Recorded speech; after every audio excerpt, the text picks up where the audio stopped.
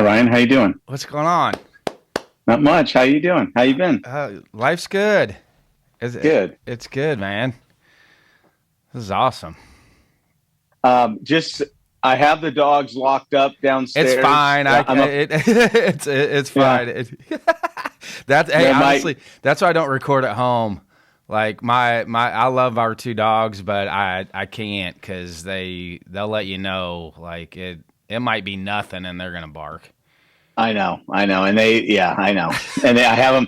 I have a gate from. I'm up in my bonus room, and I have a gate so they can't get upstairs. But they're not dumb. They'll try to get my attention, but we should be fine. And it's fine. That's and even if, it's happened in the past where there's like random dog. It's fine.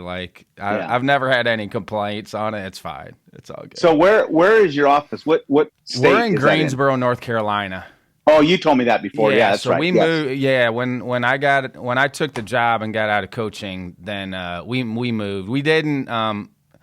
We've done it. We've all had to do it. When I went from Iowa to Western Illinois, they stayed in Iowa for a year basically. I slept in my office at Western Illinois, and then my kids were in high school when I took the ABCA job, and we just didn't want it. It was August. We didn't want to move them during the year, and so I lived here in the fall with Andrew Bartman, who worked for USA Baseball, who works for the Bananas now. Yeah. So I stayed with him and his family, but then when COVID happened, that was probably a benefit to me because we shut our office down, and so I went back to Illinois in the spring of 2020 and got everything packed up with them, and then June of 2020 we moved everybody out here, and so we've been out here since then. Oh, okay. Okay. All the stuff you do with coaching. I know. I'm hearing your story, and it's reminiscing of me being away. Yeah, you're right. Yeah, I know. We've all done it. Like that's what you sign up for. Like it's, there's so many positives, and there's negatives, but there's also a lot of positives too. My mom always apologizes to me for when I was a kid and we didn't take any vacations. But I'm like, Mom, I got to ride the bus with my dad. I got to. My friends were actually jealous of me, because I got to do things that they never got to do. So yeah, here with Dave Serrano, Cerritos Fullerton alum, 25 plus years Division I, but last 2 seasons NAI Johnson University, but over 600 wins now as a head coach. So Dave, thanks for jumping on with me. Thank you, Ryan. I appreciate it. It's a pleasure to be on. It's a pleasure to be on here with you. And just with your history and the people that you've been around, who do you feel like is the best baseball person that you've ever been around? Oh boy, that's put me on the spot. I've been very fortunate. I've been around some great people. I'll start back at Cerritos Junior College. Wally Kincaid, Gordy Douglas, George Horton, who's my mentor, who you know really well. I got a chance to play for Coach Garrido at Cal State Fullerton. Those are guys that I got to coach in my first Division I program with Rod Delmonico and Larry Simcox. Larry is still a dear friend of mine. I've been around some great people, and I've been able – it's not only the coaches I've been around, it's the coaches that I've been able to compete against and communicate with in our industry that I think has really molded me into what I am as a coach and as a person. And I've just been very fortunate to be around some great, I've competed against Mike Gillespie and guys like that, Mark Marcus and guys on the West Coast and guys in the SEC. So I feel like I've been very blessed to be around some spectacular people that I've taken a little bit from each one and kind of molded it into my own deal. How much of that is luck? I mean, you're a great baseball person, and so you worked, but how much of your path is luck? That's a great question, and I tell recruits this all the time, Ryan, that where you decide to play college baseball, who you decide to be around will mold you, not for the 4 years that the commitment is supposed to be, but for the rest of your life. And I think luck is a great word to use because I was fortunate enough to go to Cerritos College and really truly learn the game of baseball and on how it should be played and can be played to be successful. Carried on to Cal State Fullerton. Augie had pretty much the same model. So to be around those programs basically molded me into the person I am today, not just on the baseball field, but in life, in being diligent in everything you do, details, attention to detail, promptness. Those are all the things I learned as a player when I was 18, 19, 20 years old, and I've carried it into my 60s now. We talk about this in the office every once in a while because, Craig's dad was a longtime coach. My dad was a longtime coach. Do you think Wally Kincaid could coach in this generation? Coach Horton and I talk about that a lot. My answer would be yes, but my rebuttal would be he might only have 12 guys on his team, but I could promise you those 12 guys would do it right every single time. And if they didn't have injuries, he'd still be successful. I think it's gotten a lot harder now. I say this to young coaches that are coming up through the industry is that I'm glad I'm on the back end now because it has gotten a little bit more difficult. I don't think the kids have changed. I think the people above the kids have changed, and it's made the entitlement even stronger than ever. And sometimes I question, I think there's a lot of players, there's a lot of great players out there, don't get me wrong, but I think there's a lot of players that are playing this sport, which is a challenging sport, an adversity sport, a failure sport. They're playing it for the wrong reasons, and sometimes it's because they're playing it for the people that they love want them to be involved in that. And that's not a reason to play baseball because you're going to be torn down, and it's going to challenge you at times if you really want to do this when you're not succeeding as much as you don't do in baseball. And Coach Van Horn talked about it on his post-game press conference that the kids haven't changed. And I agree with you on that. I just think that we've lost a little bit of a narrative for them that life is supposed to be challenging. There's supposed to be challenges. And I think that's the beautiful thing with baseball is it's going to show you those challenges and you have to overcome those challenges. And I think it's just a tough narrative for the generation that's coming out now that things are supposed to be easy. It's like the find your passion deal. Like, I don't think you find your passion. I think you run into your passion over trial and error over a series of long series of time. But I just think we've lost the narrative for kids that life is supposed to be challenging. Well, Ryan, I would love to share this story, and this is not boasting on myself because it's a little humbling to tell this story. But so I go to Cerritos Junior College, not because I was recruited. It was the local junior college. I played at Cerritos High School, and at the time, Gordy Douglas was the head coach. George Horton was the assistant coach. It was a well-renowned program. They were annually in the state tournament, winning state championships. And I go there. And I go there because my good buddies that were on my high school team were recruited there. And I get there, and there's over 100 guys there on day one, which automatically would scare a lot of kids away. And Ryan, for 2 years, I redshirted my first year, then my redshirt sophomore year, I threw batting practice. That was my role on the team, is I threw batting practice. I didn't have a great arm, but I could sure fill up the strike zone. And I don't mean batting practice. You got to remember, this is back in the 80s. Not batting practice from the platform. There was no such thing as a platform back then. It was batting practice from the rubber. And it was with my cleats on. And it was because I could throw strikes. And then after my second year of doing that, not throwing one inning in a game, okay, I remember my mom in that summer said, "Dave, you need to go somewhere else. It's obvious the coaches don't like you." And I looked at her very respectfully and I said, "Mom, you're wrong about that. The coaches actually do like me. I'm just not good enough yet." And I tell that story a lot to kids, especially in this day and age, is because at a junior college or even at a four-year school, a Power 4, P4 school, how many players would do that? How many players would just throw batting practice and be not embarrassed, but put in a kind of a pigeonhole that this is your role on this team? And I knew I had to get better. I made a little arm angle change, and then it was my redshirt sophomore year, 3 years into it, that I got an opportunity, filled up the strike zone, spun it a little bit, and ended up getting a scholarship to Cal State Fullerton. 3 years prior to that, Ryan, there wouldn't have been a man on this earth that would have said this guy's going to Cal State Fullerton by throwing BP to a junior college. So I tell that story not to brag about myself. I tell that story because I'm not so sure how many people would do that anymore, and they would try to find another place that may be easier for them to perform. And so I'm saying that because you're exactly right. Life is hard. We're going to go through challenge in our life, and we can't always just run to the next easiest thing. I love this saying I use all the time with my team. If it was easy, everybody would be great. And so that's why I like to tell that story a lot, because it's not very fond of my career as a player coming out of high school, but it's persevering through some tough times. Yeah, but that right there, that opened up coaching opportunities for you too. And you didn't know it at the time, but you being willing to throw batting practice as a player and maybe never get on the field, that opens up coaching opportunities for you later on.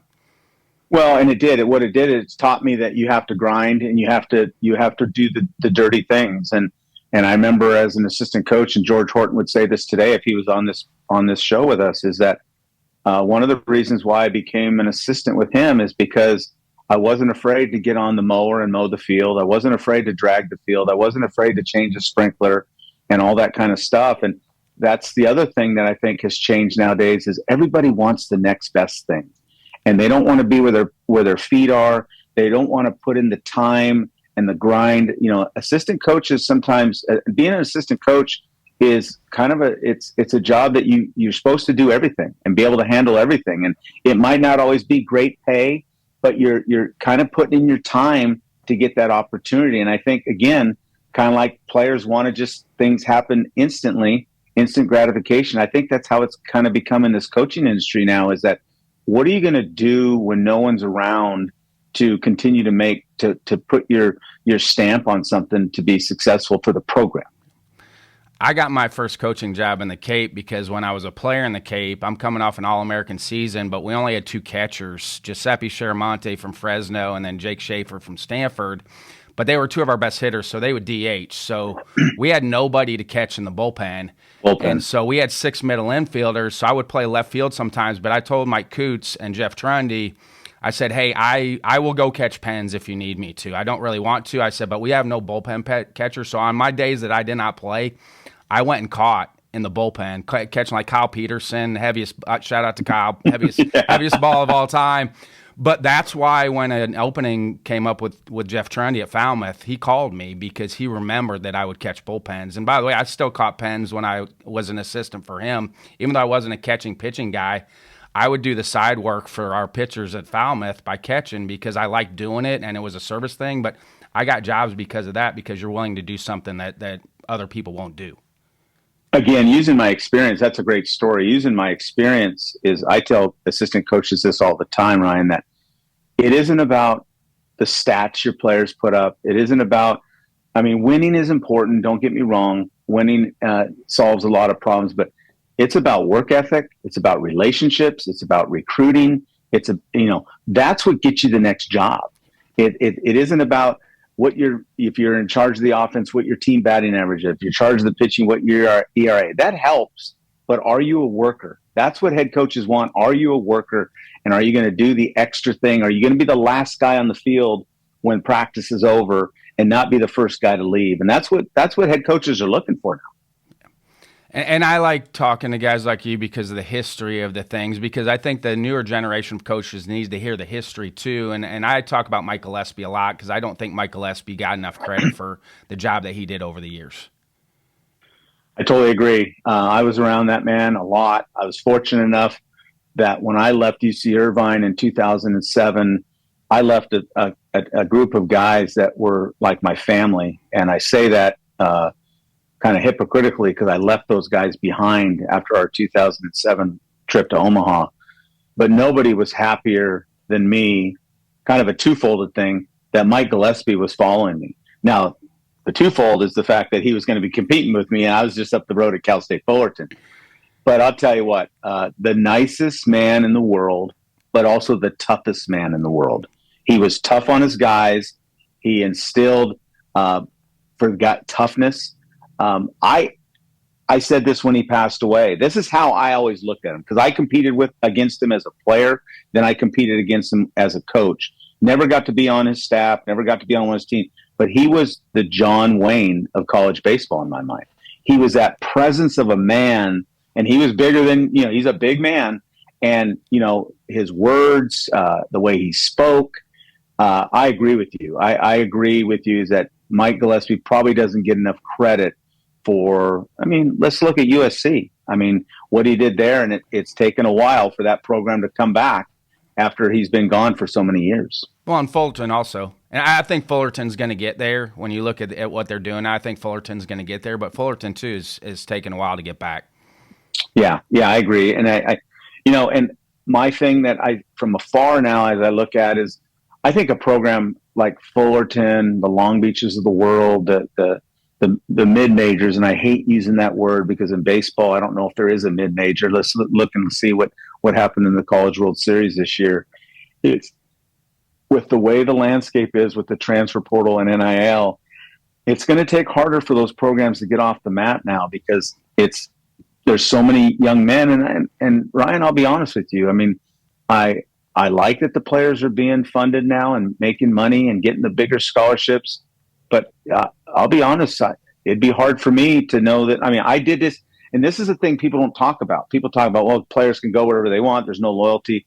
For many years, Ryan, us coaches have been able to do that too. And I've done that on a few occasions in my career too, is that if there was a better opportunity to better my family financially, maybe better surroundings, I would take it. And I did take it. And so I think the players are allowed to do it. Just it's made it harder on some of the mid majors to build that foundation because let's be honest, they're the minor leagues for the P4 schools now.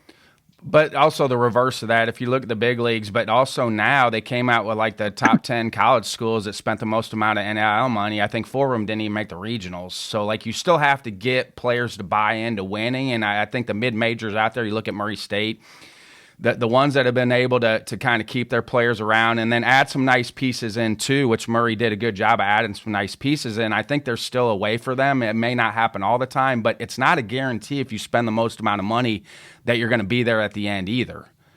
No, like you said, it's just like professional sports. You've got to have a team concept.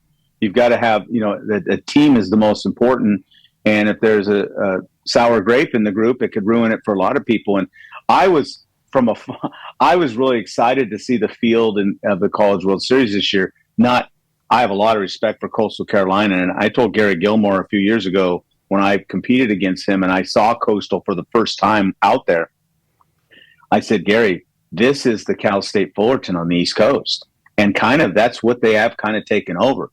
But to see them get in there, a team that isn't in the SEC, the ACC, to see Murray State get in, I think it's good for college baseball to see that because it's been a while since a mid-major has really snuck in there, yet alone play for the national championship. So that's good for college baseball to allow those programs to think, we can still get there. There's still a path to get there. Because Oral Roberts, I think it was 3 years ago, Oral Roberts got in too. So there's still like that glimmer of hope because I think if you go another year of ACC, SEC only, then it's like, what are we doing here? Where I'm a traditionalist, I'm the old school of the regions where Maine's in, and I just think it's really good for college baseball because it does still give that glimmer of hope that people can make it. Yeah, and that's what excited me so much is that it spreads it out through college baseball. That hard work, good team, luck. There's no doubt that you have to have luck to get to Omaha. You have to have a lot of luck to get to play for the national championship and win the national championship. But it was good. I think it was good to see some of those schools get in there this year. When did you meet Ken Ravizza? Oh, I met Ken Ravizza in 1986 in the dugout. This is a great story. In the dugout at Cal State Fullerton. He was working for us, obviously. And I'll never forget, this isn't when I met him, but I'll never forget I had a really rough outing at Fullerton. And I come off the mound. Augie goes out and takes me out. I come off the mound, and the first person to greet me was Ken Ravizza in the dugout. And, the emotions are riding high. I'm embarrassed. I let my team down, let myself down. And he pulls me aside, like right after I get to the dugout, right? And he says, so tell me what you were thinking in that situation. What was your mention? And I answered the question, but you know how it is when you're in a competitive moment. I wanted to say, sir, with all due respect, can you just give me a minute, please?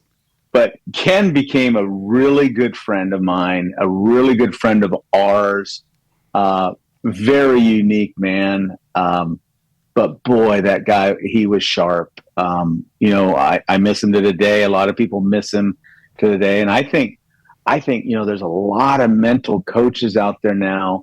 They owe a lot. Him and Harvey Dorfman, those two. Yes. We wouldn't be where we're at on the peak performance side of things without those two guys.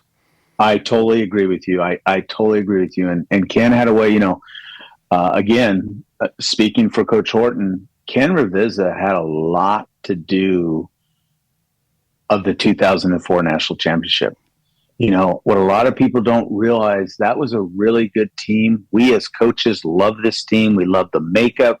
We love the mixture of players, the depth. And we were 13-15 to start the season. And boy, we were scratching our heads. Guys were at each other's throats. And we brought Ken Ravizza in, and because he hadn't been working with us that year. And we brought him in, and I'll never forget, we were sitting in the back office, in Coach Horton's office, and he said, "Gentlemen, tell me the things that you guys are doing good." And we kind of all looked at each other, and Ken, we're 13-15. Not a lot of good is going on. And he says, "Well, that's my first test to you guys, is start finding more things that your players are doing good and focus on that." And we did it. And the story's told. We end up becoming one of the hottest teams in the country. We won a national championship. And I'm going to tell you what, not taking it away from Coach Horton, the rest of the coaching staff, the players, Ken Ravizza was a big part of that deal. I mean, he stayed with us the rest of the year. He was with us in Omaha. He was doing imagery stuff and visual stuff with our guys the night before we were playing teams.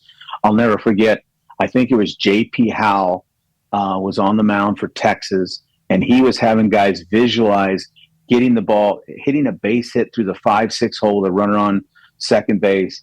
And sure enough, it wasn't JP on the mound, but that's what Kurt Suzuki did to make this game 3-2 to give us the lead that we never gave up to win the national championship. So he did a lot of preparation with our guys, and really, as a very cliche thing to say, but he really slowed the game down. And I'm going to tell you what, I feel with things I've had to go through in my life, deaths of my parents, divorce, different trials and tribulations, Ken Ravizza has built a foundation for me, not just as a coach, but as a man, of going through really hard things and being able to breathe and control what you can control. And so he's had a big impact on me and my coaching career and what I still try to instill in players today. I want to back up to in-game stuff. How do you know that as a coach? Because I think we deal with a lot of young assistants and young head coaches where your heart's in the right place, but when do you know where it's just let the player do his thing when you get to the dugout rather than saying anything to him? Because we had some set rules with our players, and I think Ken was good that way. You know, if their helmet was still on, their glove was still on, we couldn't talk to them. Pitcher, same thing. If they came to the dugout, their hat was still on, like we couldn't talk to them. And did you have anything like that over the years where guys would relay to you, like, you can talk to me now, or I don't want to talk to you at this point because I'm still stewing about the last inning?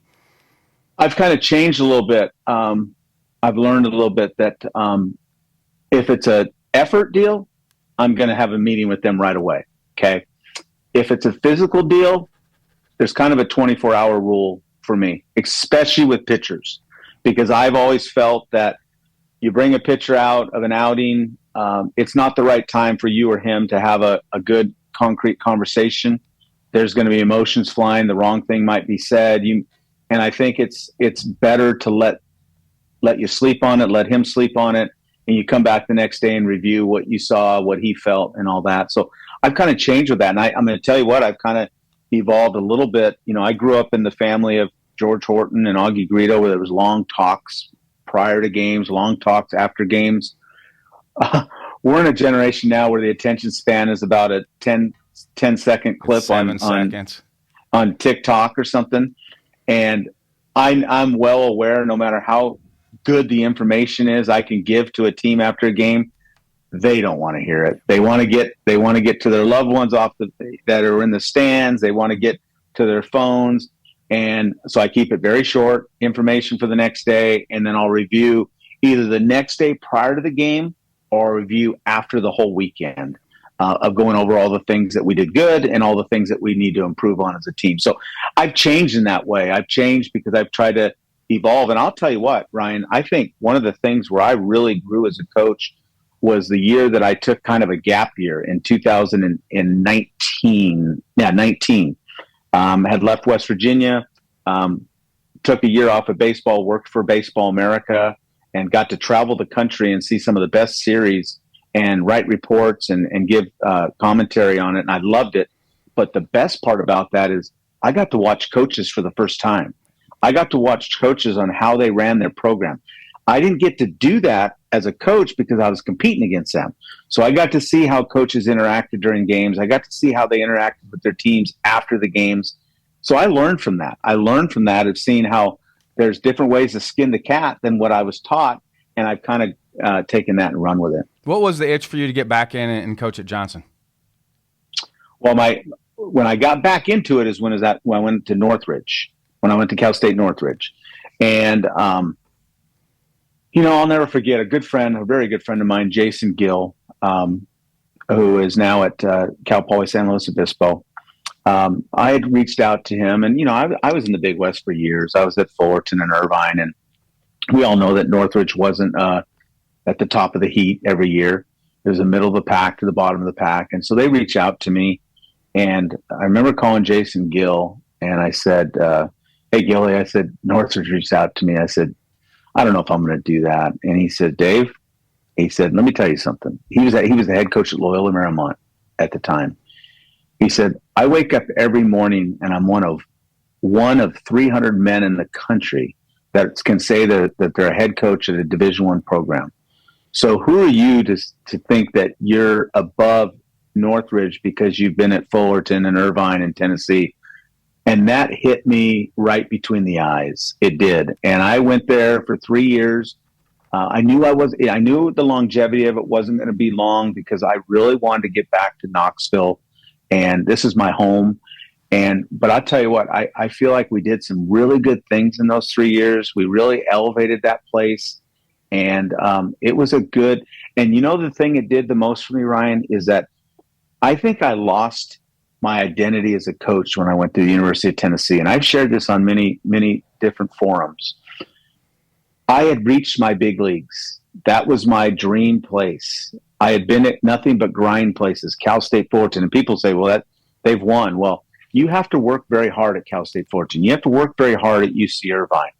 And then I go to Tennessee, my dream job, and I lost the identity of who I was as a person. On going all the way back to that guy that drugged the field, mowed the field, changed sprinklers, aerified the field. And because of all this help and all this money, I became the fat cat in the chair. Didn't recruit as much as I needed to. Kudos to Tony Vitella and the speed he goes at and his staff. And Northridge brought me back to my roots. It really did. And those 3 years put me back into who I was as a coach, why I'm doing it. And then I retired from there early because I wanted to get home. And it's a funny story how I got the Johnson job. Dana Carter, who was the softball assistant coach at Tennessee when I was there at part of one of my terms at Tennessee. It was when I was the assistant, I believe.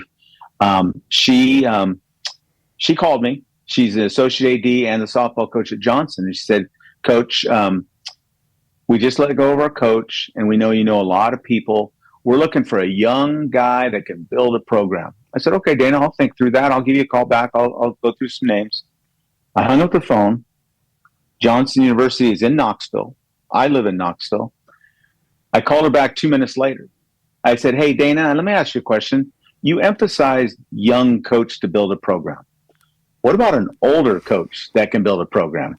And she goes, hold on. Let me have my AD call you right back. First she said, are you serious? And I said, Dana, let me tell you something. I am not too above to coach an NAI program. And I love the challenge. It's probably more natural, real baseball than what's going on at higher levels. And I'm going to tell you, Ryan, these 2 years have been fabulous for me. They have. The impact that I'm trying to make on these gentlemen that I'm coaching, it's a really nice place to coach at, beautiful campus. And it's not about winning for me anymore. We've been successful, very successful in the 2 years prior to what they were. But this is about developing people now. I don't have the pressures of winning games to keep my job. It's about building a culture, creating an atmosphere with high standards. And if we do that well enough, we'll have a very successful program too. But it's no longer about winning. It isn't. And we've been fortunate enough, like I said, to have success. But it's just been, for this to be my last stop, I believe, it really has been refreshing for me and I'll give you another. I talked to George Horton about it when I was thinking about the job. And he said, Dave, let me put it to you this way. You're never going to leave Knoxville. He says, you go build that thing. And in 10 years from now, one day you're going to go back and sit in the stands and say, I had an impact on why this program is where it is today. And that hit me between the eyes also. And I thought, yes, then I'm going to do this. And track record matters. I would say your name all the time. I'm like, Dave Serrano didn't forget how to be a good baseball coach. Like, his track record has been there. Like, you get to a certain situation sometimes, it doesn't always work out. But I'm like, Dave Serrano didn't forget how to be a good baseball coach. It happens every once in a while to guys where they'll leave a good spot, get to a situation, doesn't always work out. I'm like, that person didn't forget how to be a good baseball coach, and you haven't. Like, it's just a matter of finding the right fit on that part. Well, fit, and it's the challenges, I'll be the first to say I made probably some poor choices, decisions when I was at Tennessee. I tell you what, you talk about luck. I go all the way back to the word you said, luck. We weren't lucky. We put together some really good recruiting classes that never made it to campus. And I'm talking about, Ryan, guys that we recruit, Cabrian Hayes, okay? Nobody knew about him. Okay, when we got him signed. Okay, next thing you know, out of high school, now he's a second-round draft pick. We had guys like that. Lane Thomas, who's playing in the big leagues, locally here at Bearden High School, that signed. We didn't get some guys to campus. We made some bad choices on some guys. Let's be honest, Ryan. It's all about players. It's all about players. And the thing that I had going against me, I wasn't maybe in the Big West. And I'm not putting the Big West down. I wasn't in NAIA. I was in the SEC, where there was about 12 teams above me that were great already, that were getting better every day. And, at that time, we were going up against Vanderbilt with against a lot of the players we were recruiting. And Vanderbilt was getting the majority of those guys. And that's what Tony has kind of flipped a little bit, is that I think I have all the due respect for Tim Corbin and what he's done over there. But I live in this state, and you hear Tennessee a lot more than you hear Vanderbilt. And back when I was coaching, it was all Vanderbilt. Everything was Vanderbilt, and then Tennessee. But it's also a different landscape now. 20-round draft, NIL money. There's more ways to keep kids away from the draft now than there ever has been. Like that's the benefit for college baseball now, is there's a lot more avenues to keep kids away from signing professionally in the high school. And you also look at Division I and college overall has done such a good job of developing players that kids see that as more of a viable option. If I want to get to the big leagues, it's way more viable option for me to go to college first than it is for me to sign as a high school kid and grind away in the minor leagues. Well, you look at the guys. Chase Burns just came up and pitched against the Yankees. He's been in the minor leagues. It's going to happen out of this year's field, too. You look at the guys that were playing in this year's College World Series, there's going to be 4 or 5 of those guys that were playing this year that are going to be in the big leagues next year. Well, and maybe this summer there might be. Anderson, the LSU lefty. I have a hard time saying he's not going to be pitching in the big leagues this year for somebody. Well, and their closer too. I forget his name. I mean, that guy. That guy could go into a major league bullpen right now, throwing 100, 101. So, but I think the way the landscape is set up now, you're right. Not as many kids. There's a positive and negative for me on this. Not as many kids are going into professional baseball. I remember when I started coaching, there was like 50 rounds. And when a major league scout comes into a living room with your family and says, "So you tell me you don't want to play Major League Baseball?" It was hard for those kids to say no. And kids were making bad decisions because they saw themselves playing at Yankee Stadium. Little did they know that they had to go through about 5 or 6 stops back in those days to get there. On the other side, it makes it sad for me because players like myself in these days don't get the opportunities anymore. There's just not enough roster spots because guys aren't signing. And so that's why you continue to see the percentages of high school players going down that are playing collegiate sports, because there's just not as many opportunities anymore. But why wouldn't you go to college now? You're getting paid to play for the most part. Okay. You're developing at a rate that's going to be way higher than the minor leagues because they have an impact on you for 9 or 10 months out of the year. You have nutritionists, you have strength coaches, you have mental coaches. I'm not saying you don't have that in the minor leagues, but you're kind of in it for yourself in the minor leagues.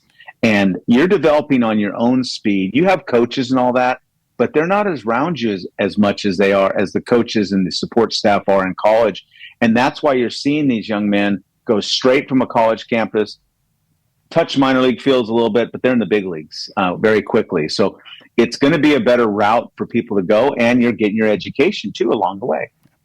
And if you don't go to Instructs as a minor league player, you're gone from the end of September, October, November, December, January. That's 5 months that you're not with the org. Yeah, you're right. You're exactly right. And so now it comes down to yourself.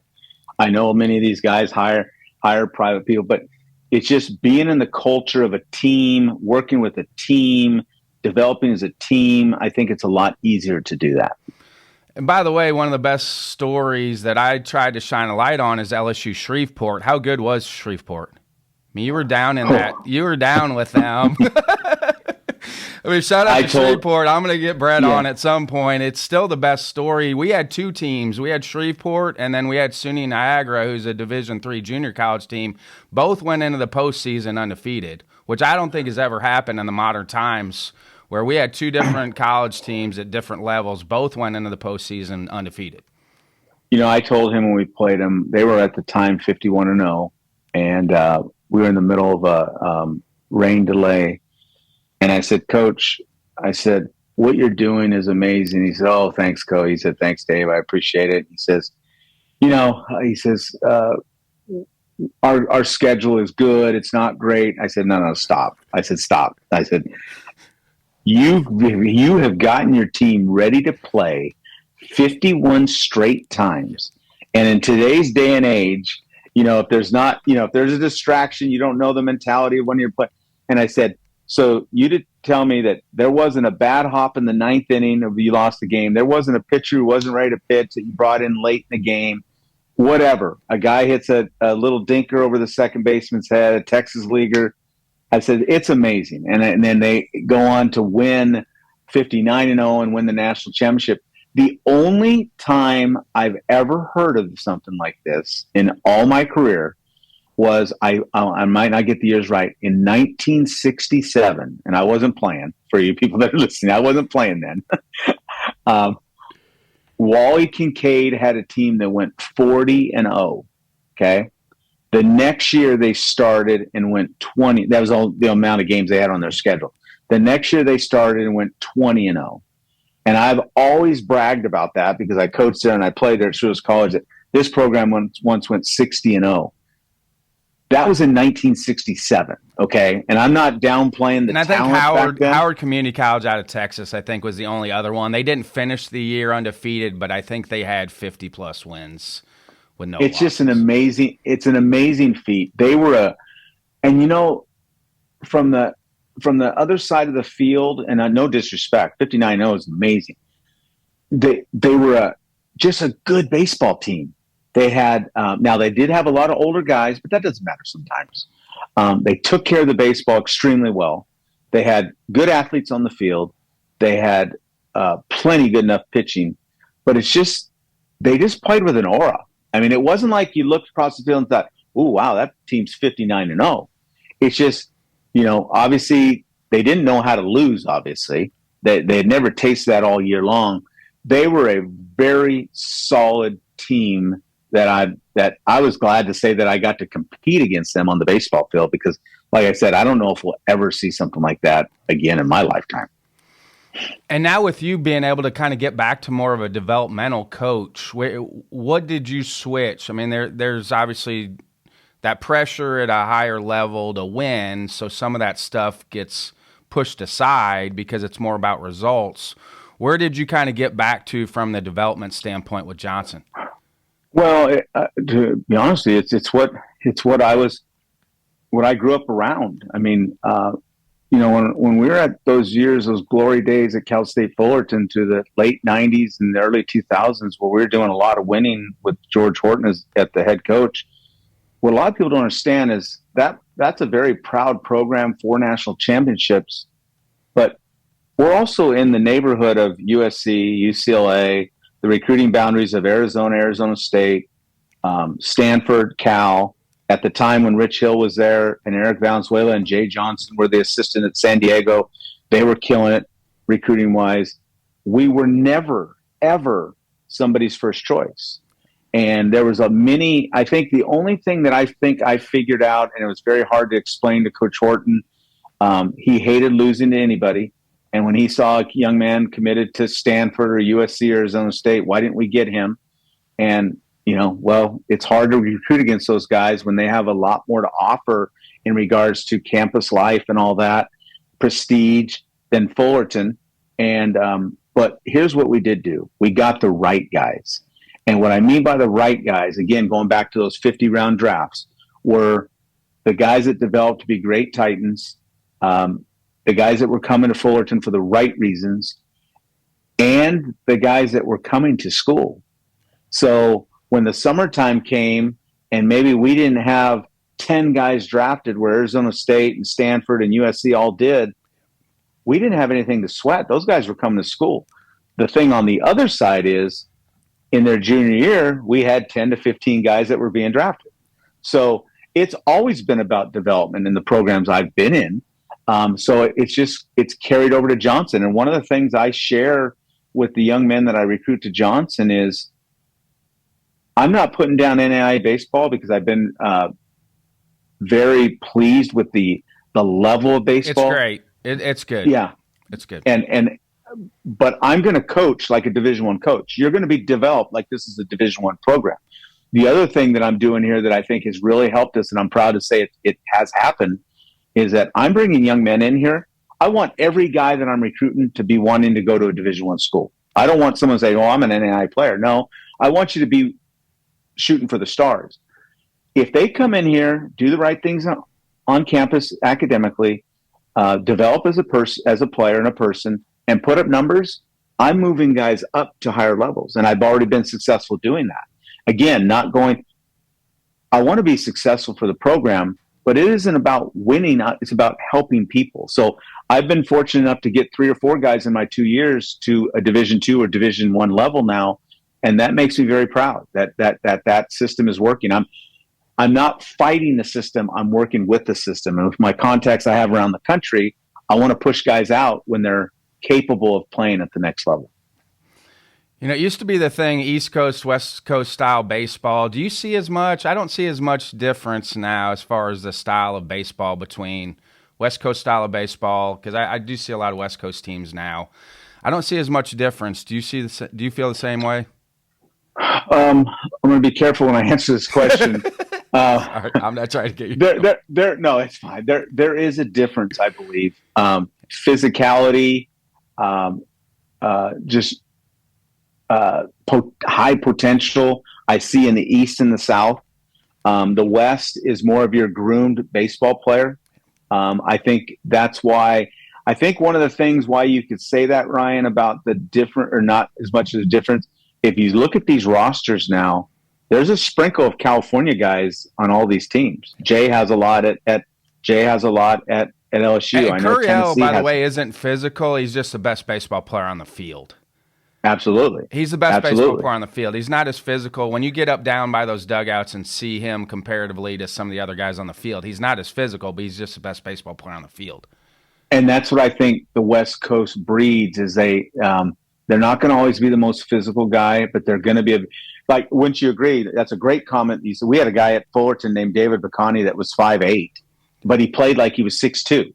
And I'd say the same thing about Curriel.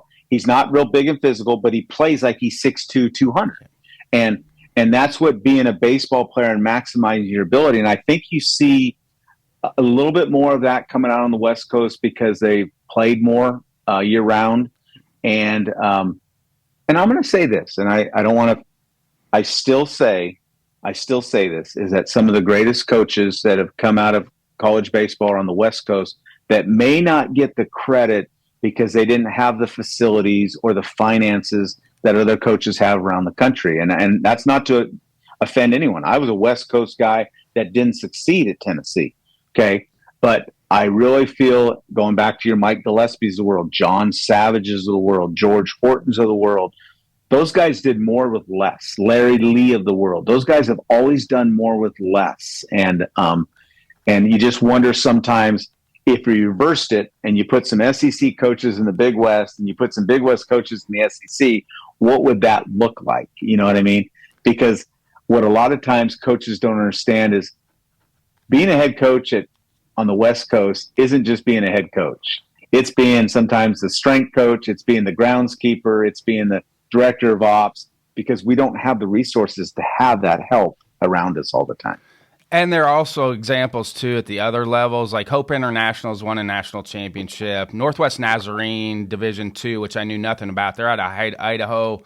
Westmont, they still play a traditional pitching defense and action-oriented offense that do really well in the postseason, that have still kind of play that, what you would consider West Coast style, that have done really well in the postseason. Yeah, the one thing, I like you say West Coast style. The one thing I have always kind of been not offended, but when people say small ball, okay, and I've always said you could say small ball, or would you be better to say winning ball, winning baseball offense? Yeah, exactly. It's like, it's a complete. I've always said you take what the defense is going to give you, and if you look at it, they made a big point about this wasn't Jay's most physical clubs where they're hitting all these home runs. So they resorted to winning baseball games a different way.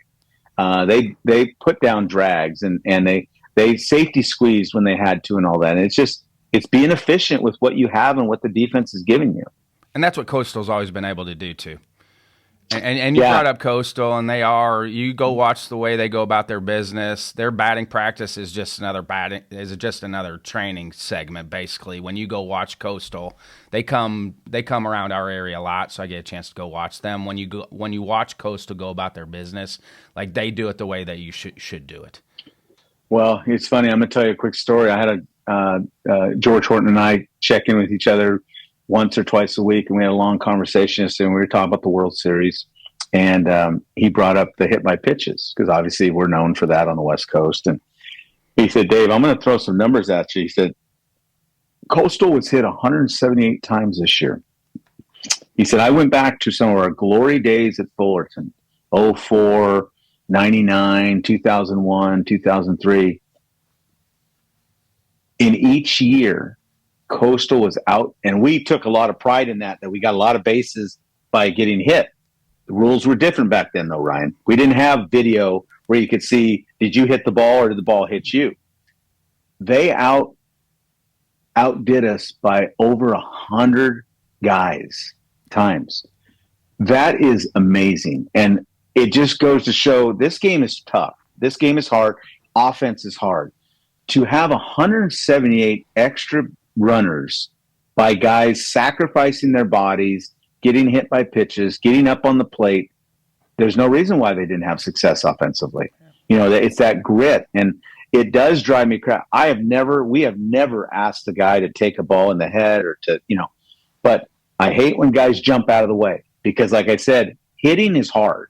Okay. You fail at least 70% of the times. And those are great hitters, is find a way to get on base. And they did it 178 times. And I think the best one Coach Horton said we had was like 75. And we took a lot of pride in that. That was getting hit more than once a game. So kudos to them. And it just goes to show the grit that program has, started with Gary Gilmore and now Kevin Schnall, the grit they have. And kudos to them. I mean, that was a fun team to watch, and they gave everything it could late in the season. But also a different era back then to get hit by pitches, because there was no protective gear. Like now, like if you're going to get hit now, it is the best time to get. They've got like wrist weights on. They have elbow guards. Kurt Berkins is in our office. He pitched in the big leagues. It drives him nuts when guys are just getting in there. He's like, they shouldn't be able to wear that protective gear, because in the old days it hurt a little bit more. It did. He's like, if they go to the plate with it, they should have to run the bases with it. So. Yeah.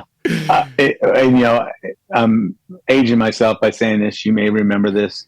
Back in the day, I remember to wear any protective gear, you had to have a doctor's note that you had an existing injury that needed to be protective. Now you're right; they could go up in body armor now. I mean, there's nothing, And then again, they're going to have their sliding pad in their back pocket too for protection if they get hit on the backside. Are you still as involved with the pitchers as you always were? Yeah, you have a large staff. I just looked. You got a ton of assistants. Yeah. Are you still as involved? I guess I'd say I'm the umbrella. My son, Kyle, who stopped playing pro ball a couple years ago, is starting his coaching career. I'm very proud that he's on my staff.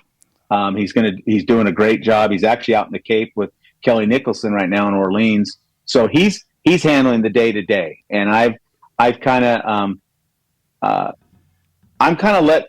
again, just like I say about the players, I'm trying to help young coaches like coaches did for me. I'm letting my coaches coach. I oversee everything. I'll make adjustments to them. Hey, I see this. I'm not taking a step back, but I'm kind of just managing the whole thing, and I'm letting them coach. I want them to put their name on something, learn their craft, and I help them where I can. And I'm very proud of my staff. You're right. I do have a big staff. It's filled with baseball guys and guys that I like to be around each and every day, which is important. How fun is that for you to coach with Kyle? It's some excellent. of my best memories is the 2 years that I spent with my dad on his staff and my brother. It's excellent.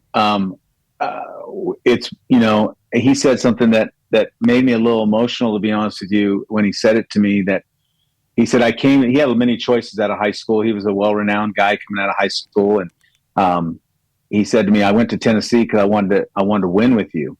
And he grew up in the dugout with me at Fullerton and Irvine, so he's seen winning at the highest level. And then we didn't do it together there. And he said that was one of the reasons why he wanted to start his coaching career with me here, is because he wanted to win with me. And he's finishing his school up at University of Tennessee. He'll graduate at the end of this year, and then I'll let him out of the nest and he'll go find his own way. And he's going to be good. The thing about him, he grew up around me, so he's very old school in pitching. He's heard all that a million times. But then he pitched for the Astros, and he went through that chain, and he got connected with a lot of those guys. And he's got a lot of new school to him too, the analytical side of it and the metric side. So, and he's very passionate. So he's going to be good. But it's been great. I'm also very proud. My youngest son, Parker, he's a student assistant for Tony at University of Tennessee. He's been there the last 2 years. He won a national championship in his first year, coaching first base over there in his first year. And I couldn't be more proud of them. Now, I've had, Ryan, like you would too, going through the coaching industry and what it does to your life. It gives you a beautiful life, but it takes you away from a lot. So I've had those talks with them. Now, guys, understand, be careful what you wish for. You're going to have an understanding family. So I haven't had those talks with them, but they're both going to be excellent coaches, and I'm very proud of them. It just adds a different dynamic father and son when you get to coach with them in the dugout. And especially from the son's perspective, you finally actually get to see what your dad does for a living. Like growing up and as a player, like you don't see it, but then when you're in the office with them every day and you're going through that stuff, now you're like, oh, this is actually what they did for a living. Yeah, and it's funny you brought that up. Kyle said something throughout the year. He said, the one I really am enjoying working under you because I'm learning things on what you do. And he says from the organizational, being so organized every day. And now, like I said, he's out in the Cape. He made a good comment to me the other day. They had an off day, and he says, but Dad, in coaching, there's never an off day. He says, I got to go to the field and work on the mound. And he had a camp and all that. And, he's enjoying the Cape, but he realizes that coaching is nonstop. It's ongoing. You can never stop, whether it's recruiting, working on the field, dealing with the player and what he's going through. So he's learning, they're learning, but it is rewarding to see, they get to see what I've done my whole life. And honestly, why I was taken away from them so much in their growth as young men, as kids. I still feel like the Cape's still a pure form of it, especially for the coaches, because you are running camps still, which not everybody does anymore. You are working on the fields because those fields need a lot of loving. because they don't get a lot of love during the year. The weather's rough, and they just don't. So you spend a lot of time as an assistant up there of trying to get the field serviceable for the guys to show up. So it is still a really pure form of coaching up there. I agree, and it's still probably in my mind. I know there's a lot of good leagues out there now, but and they've got a little bit watered down because there's so many. But the Cape is still the Cape, and there's not a better place to go spend your summer than on the Cape, obviously. You've coached a lot of big leaguers. What's the separators for the ones that make it and the ones that don't? The consistency on how they do things. I mean, obviously they have to have talent. They have to have a lot of talent, but maturity and consistency. It isn't always about.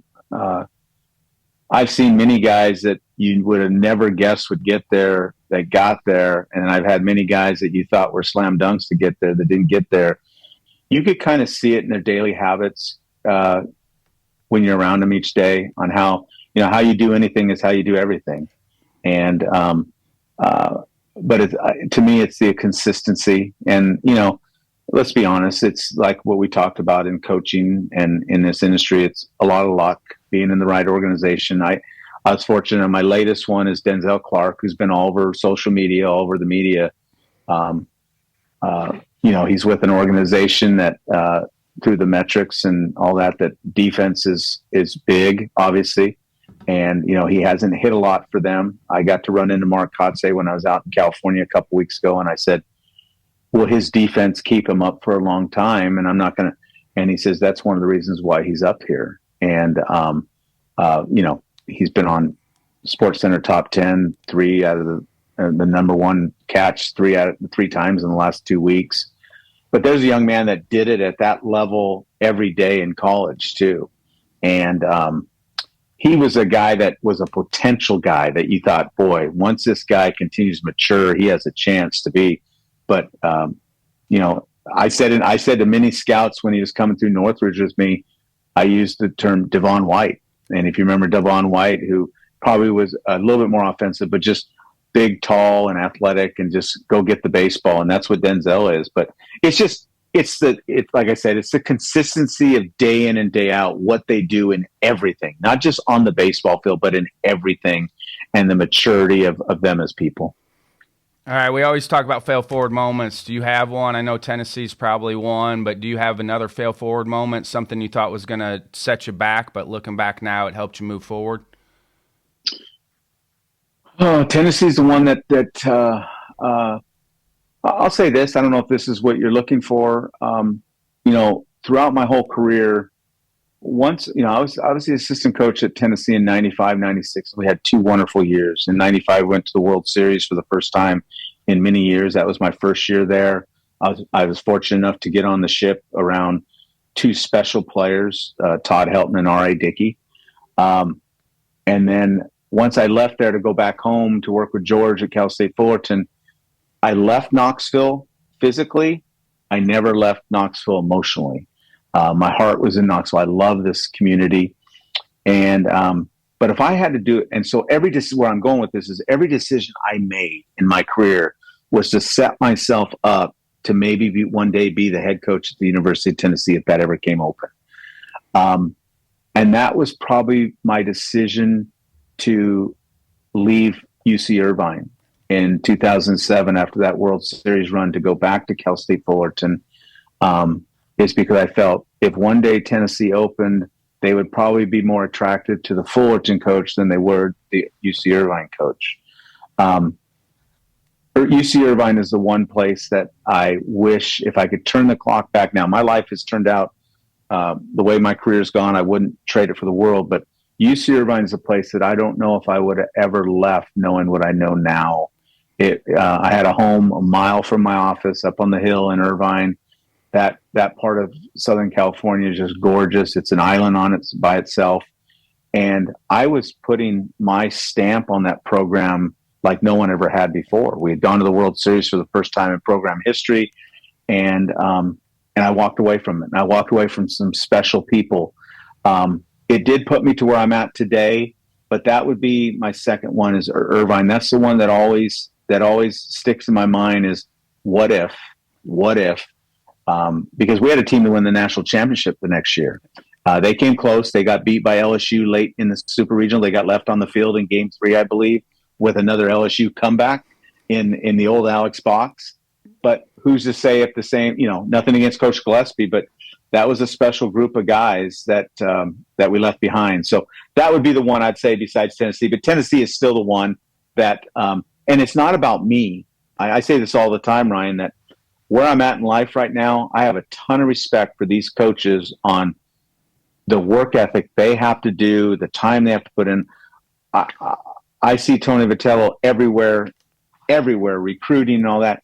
And I'll be honest to say that I don't know if I would have that motor right now to continue to do that. So maybe the game did me a favor. The one thing I'm disappointed in is that I wanted to win not for myself. I wanted to win for this community. And the one thing I wasn't wrong about, it is a great community, by the way. For anybody that hasn't been to Knoxville, I was there for the Super last year with Evansville. Knoxville's a great city, and the way they rally around Tennessee. But Knoxville's a great city.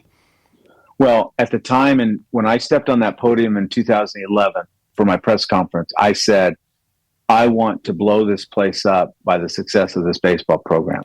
Well, I wasn't so wrong about that. I didn't do it myself, but because back then the attention for the baseball program was nothing close to what it is now. And I knew that once they started winning, it would become to what it is now. And it's the hottest ticket in town. It's what they talk about all the time.